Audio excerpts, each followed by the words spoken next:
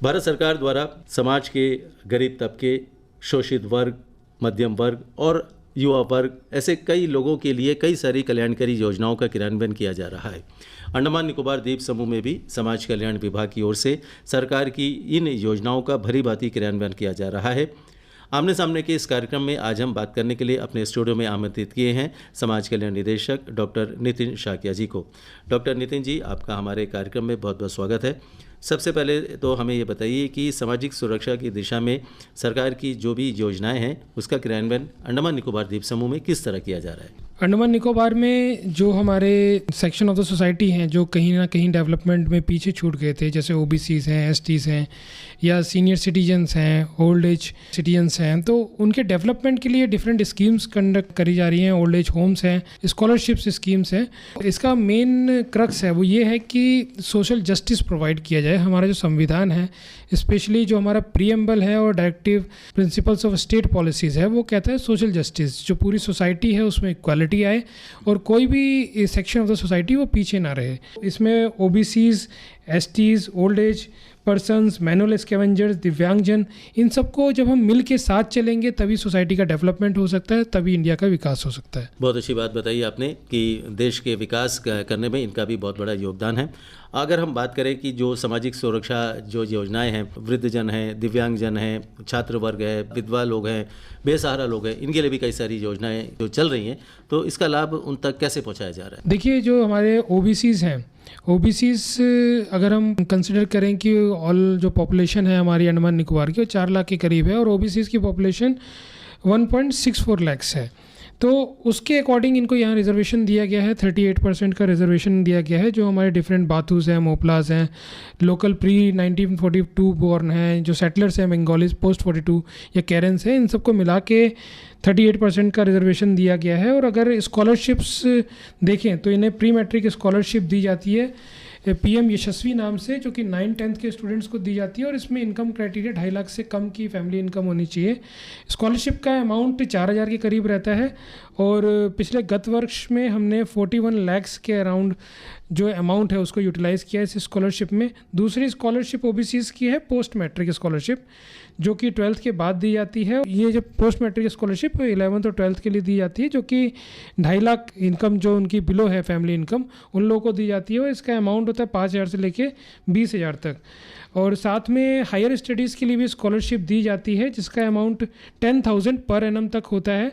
और इसके लिए जो इनकम क्राइटेरिया है वो है कि जो फैमिली इनकम है वो 8 लाख से एक्सीड नहीं करनी चाहिए। और पिछले जो 4 साल का अगर हम देखें तो हमने 1500 लोगों को ये स्कॉलरशिप दी है और टोटल अमाउंट जो हमने डिस्पर्स किया है वो 154 लाख है। सेकंड हम बात करते हैं शेड्यूल ट्राइब्स की। उनके लिए हम prevention of atrocities act for SC/STs को इम्प्लीमेंट किया है। स्कॉलरशिप्स भी हम लोग इनको देते हैं पढ़ाई के लिए, pre matric, post matric scholarship. हमारे जो PVTGs हैं, जारवा, शोम्पेन्स, ओंजेस, अंडमानीज, सेंटनलीज, ये हमारे 5 PVTGs हैं और जो नोटिफाइड शेड्यूल ट्राइब्स हैं वो 6 हैं। इन्हीं के ऊपर जो SC/ST prevention of atrocities act है उसके लिए इम्प्लीमेंट किया था। इनके प्रिवेंशन के लिए स्टेट लेवल पे मॉनिटरिंग कमिटीज़ बनी हुई हैं, ये 6 जो ट्राइब्स हैं उनके प्रिवेंशन के लिए। और डिस्ट्रिक्ट जो हमारे 3 डिस्ट्रिक्ट्स हैं, Nicobar, north and middle and south Andaman, तो इनके लिए तीनों डिस्ट्रिक्ट लेवल पे मॉनिटरिंग कमिटीज़ है। स्पेशल ऑफिसर जैसे कि ADM पोर्ट ब्लेयर हैं उनको डेजिग्नेट किया गया है। प्रोजेक्ट ऑफिसर ITDP हैं कार निकोबार के, उनको नॉमिनेट किया गया है। साथ में उनको प्रॉपर जस्टिस मिल सके इसके लिए स्पेशल सेल जो है अंडर चेयरमैनशिप ऑफ IGP है और स्पेशल कोर्ट्स भी यहाँ पे बनाए गए हैं डिस्ट्रिक्ट एंड सेशन जज में।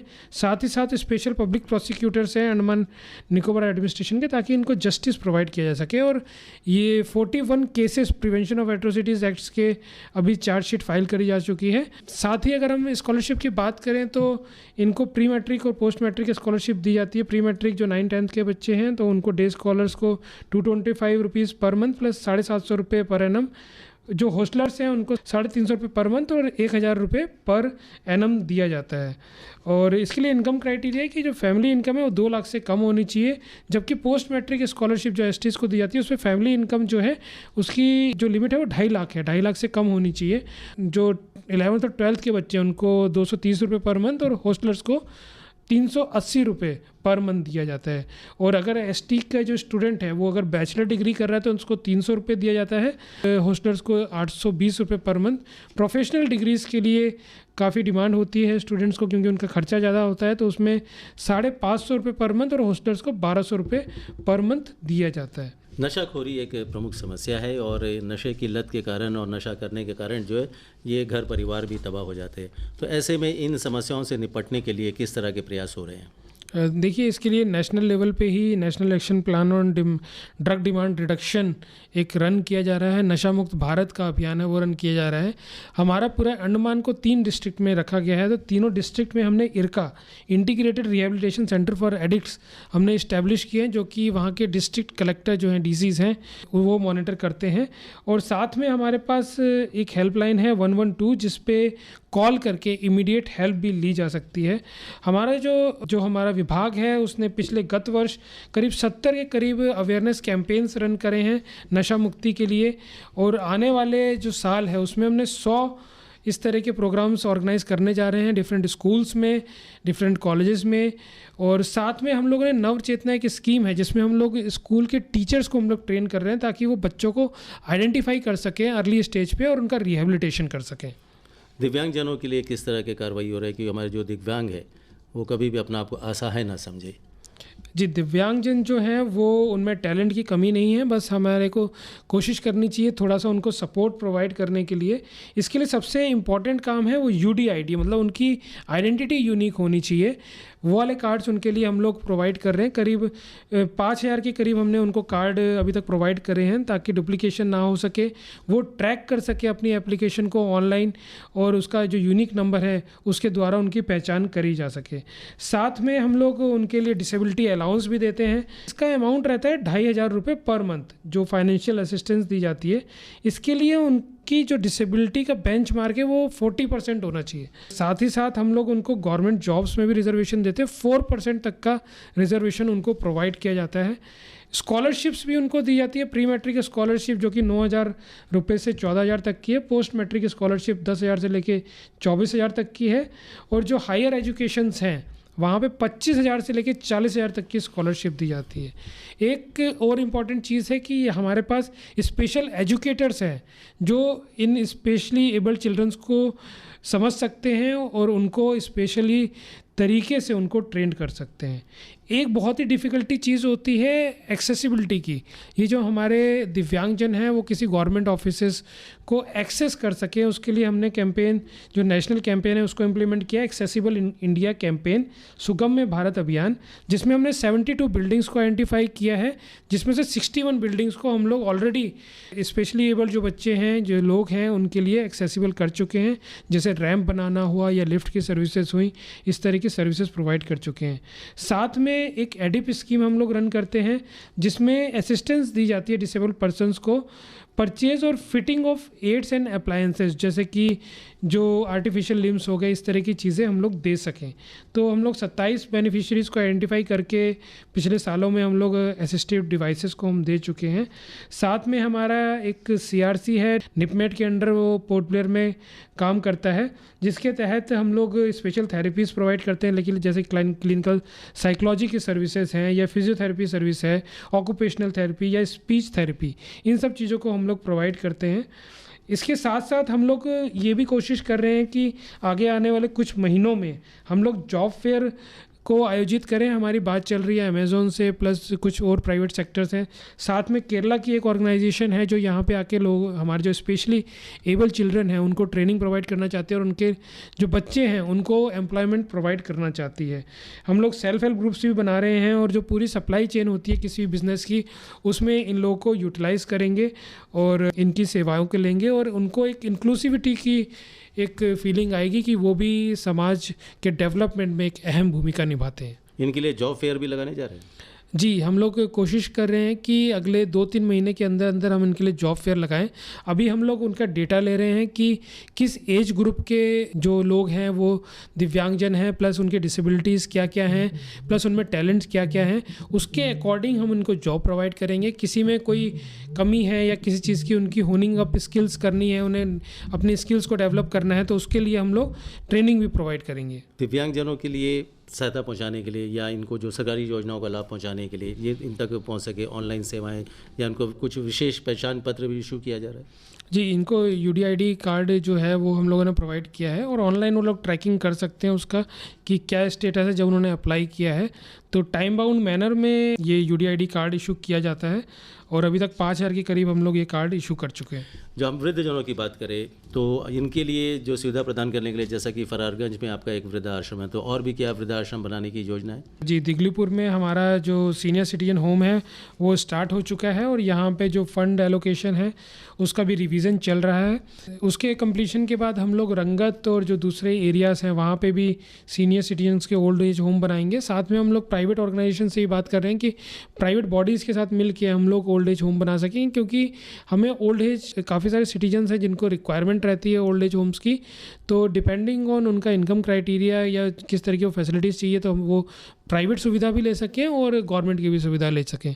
तो हम लोग एक उनको गाइड कर रहे हैं कि किस तरह से प्राइवेट सेक्टर भी साथ में आ सकता है, एनजीओज़ वगैरह साथ में आ सकती हैं और ओल्ड एज होम में वो लोग सहयोग दे सकते हैं। कई सारी जो पेंशन योजनाएं भी चलाई जा रही हैं, जैसे कि वृद्धावस्था पेंशन है, विधवा पेंशन है, बेसहारा पेंशन है, लेकिन ये पेंशन मिलने में कभी कभी क्या होता है, इनको जो है काफ़ी दिक्कतों का सामना करना पड़ता है। पेंशन राशि इनके बैंक खातों में नहीं जा पहुँच पाती है। तो इसको स्ट्रीमलाइन करने के लिए क्या कदम उठाए जा रहे हैं? इनको जो हमारे वयस्क नागरिक हैं जो 60 to 79 ईयर्स के जो नागरिक हैं उन्हें 2,500 रुपये पर मंथ, और जो 80 ईयर्स से ऊपर के हैं उन्हें 3,000 रुपये पर मंथ इनकम दी जाती है।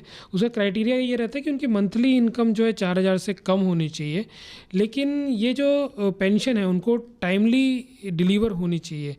जो महीने का एंड है उसमें टाइमली डिलीवर होनी चाहिए। उसमें कुछ खामियां आती हैं, उसके लिए हम लोग कोशिश कर रहे हैं, हमारा पूरा डिपार्टमेंट कोशिश कर रहा है जो सप्लाई चेन है जो उसको एक बेहतर करा जा सके, और उसमें जो फाइल पुटअप होती थी उसको थोड़ा जल्दी हम लोग पुटअप करेंगे और एक नोडल ऑफिसर उसके लिए स्पेशली अपॉइंट करेंगे जो ये कोशिश करे कि वो जो पेंशन है उनको टाइमली उनके खाते में आ सके, और जो उनका हक है, जो ये पेंशन है उनका हक है, उनको समय से मिल सके। इसके लिए हम लोग प्रयासरत हैं और अगले आने वाले 2 से 3 महीने में ये चीज़ें इम्प्लीमेंट हो जाएंगी।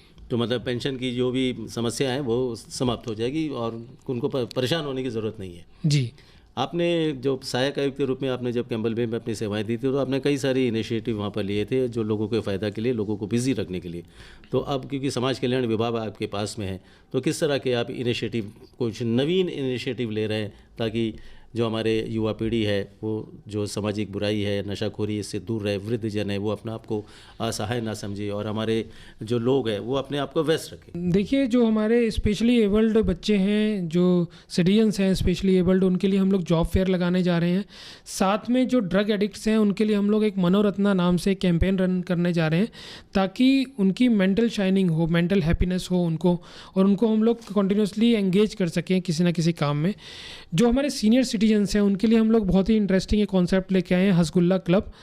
जैसे हमारा रसगुल्ला होता है उसी तरह से हंसी का गुल्ला हसगुल्ला क्लब। इसमें सीनियर सिटीजन्स आके योगा कर सकते हैं, म्यूज़िक डांस सीख सकते हैं, साथ में उनकी ग्रूमिंग करी जाएगी कि कपड़े कैसे पहनना है, उनको टेक्नोलॉजी की ट्रेनिंग दी जाएगी कि व्हाट्सएप कैसे यूज़ करते हैं या कुछ बैंकिंग फैसिलिटीज़ है उसको कैसे यूज़ किया जाए।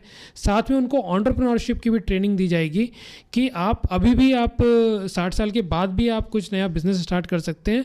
तो बेसिकली जो एक्टिव एजिंग है उसके ऊपर फोकस किया जाएगा। इसमें हमने डिफरेंट एनजीओज़ का सहयोग लिया है। स्टार्टिंग में हम लोग जॉगर्स पार्क और मेरीना पार्क में एज अ पायलट इसको रन करेंगे और धीरे धीरे जो पूरा अंडमान निकोबार है वहाँ पे हम लोग ये इस तरह के हसगुल्ला क्लब्स को स्थापित करेंगे और उनको फिजिकल और ऑनलाइन वर्चुअल फॉर्म में भी इसको रन किया जाएगा। चलते चलते डॉक्टर नितिन जी ये बता दीजिए, जो समाज के जो शोषित वर्ग है, पीड़ित वर्ग है, जो महिलाएं हैं जो घरेलू हिंसा से पीड़ित हैं, तो अगर उनको अगर सहायता की ज़रूरत पड़े तो किस तरह वो कॉन्टैक्ट कर पाए? हमारे विभाग का एक वुमेन हेल्पलाइन नंबर है 181।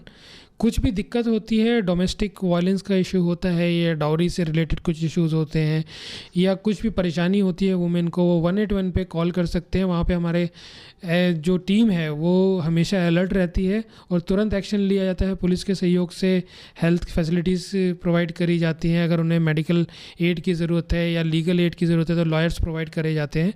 तो ये 181 को डायरेक्टली वो कॉन्टैक्ट कर सकते हैं। प्लस 112 एक हेल्पलाइन नंबर है, उस पर भी कॉल कर सकते हैं।